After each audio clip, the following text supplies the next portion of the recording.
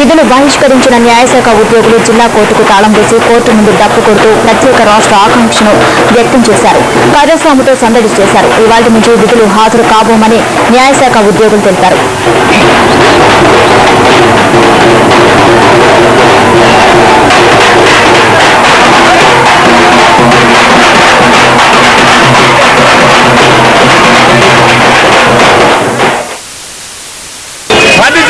న్యాయశాఖ ఉద్యోగులంతా తెలంగాణ రాష్ట్ర సాధనకై ఈరోజు సకల జనుల సమ్మె నోటీస్ ఇచ్చి నిన్న సాయంత్రమే మేము మా యొక్క విధులు నిర్వర్తిస్తున్నటువంటి మా యొక్క తాళం చేతుల గుర్తులను సంబంధిత న్యాయశాఖ మూర్తులకు అప్పచెప్పడం జరిగింది.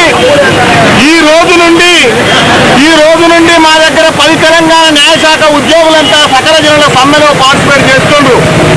ఈ సకల జనుల సమ్మెలో చరిత్రలో లేదు న్యాయశాఖ ఉద్యోగులు కోర్టులకు తాళాలేసిన ఘటన ఈ రోజు న్యాయశాఖకు వచ్చింది.